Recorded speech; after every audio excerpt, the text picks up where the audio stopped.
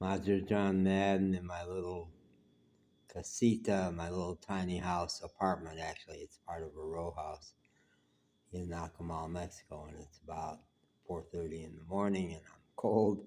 I've got the door open because that's my source of fresh air. They didn't build a window into this apartment. There is a plan to put one in, but it's not in yet. So I sit in the doorway, but it's cold, fucking cold in Mexico. I think it's in the 60s for Christ's sake. I'm used to it being hot. Uh, and it will be hot again during the day, but nice. It's been incredibly great weather. I'm telling a story about solid boundaries. I made a video a few days ago about a time. Brene Brown, who I call the wise woman for our time, says you need to balance open heart and solid boundaries. And I've always been better at the open heart part, but have gotten to be a monster with solid boundaries, actually.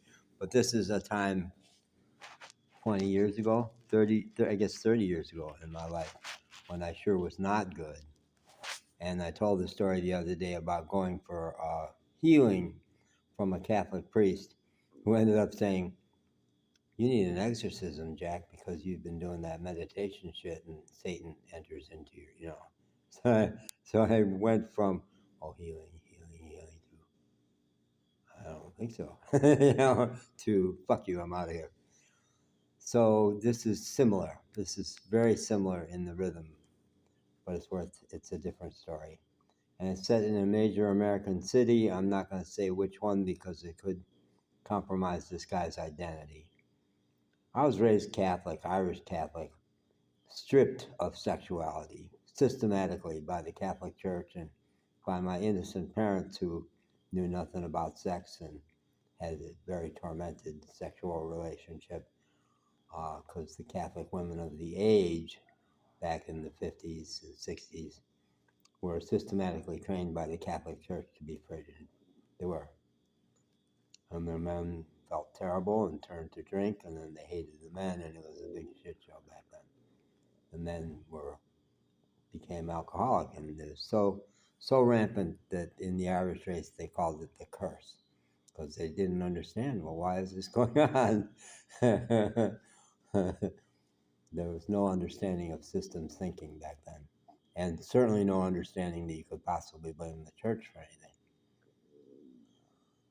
So I've had a lifetime quest to regain my capacity in that area, which I'm rolling up my sleeves around these days pretty good.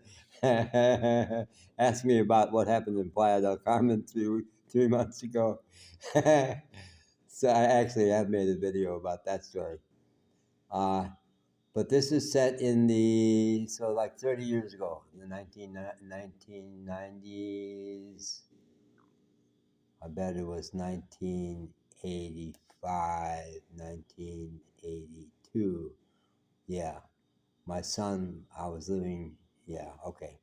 So, I went to a lecture by a famed sex expert, academic who had written a book about human sexuality, and I was impressed. He was a big intellect, and it seemed like a very charming, and he knew stuff. I thought, this man knows stuff about sexuality that I need to know. So I went up and asked him a question afterwards, and he says, "You're interesting. We should talk. Come on over to my place for lunch." So what proceeded was a series of lunches on his front porch where he let me in on how he had learned all this stuff about sexuality and how he had changed as a person. And I just was soaking it up like a sponge. Like, wow, I've hit the pipeline. I'm mainstreaming, mainlining more wisdom and more understanding of human sexuality. And then one day after we had finished lunch, he said, "So we're getting to know each other. I think we trust each other a lot now. I want to propose a series of experiments." Oh, okay, that's different. Yeah, and the experiments, they'd have a certain format and certain guidelines. The format would be for an hour or 90 minutes, one of us is in charge and the other just does whatever they say. With the only rule being that you can't physically hurt the other person.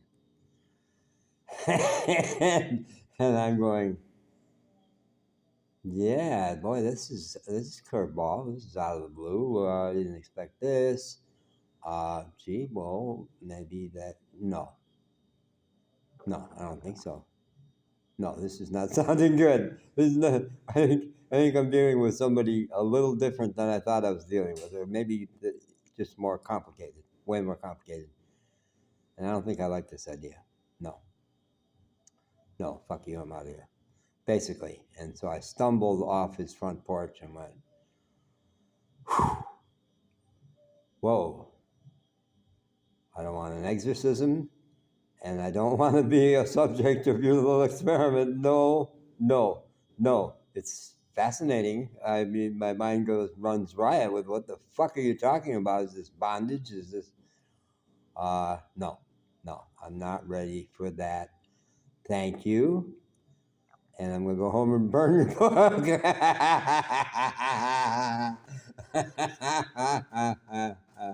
So solid boundaries. I wasn't good at them. I didn't even have the concept back then, but they kicked in when they were necessary.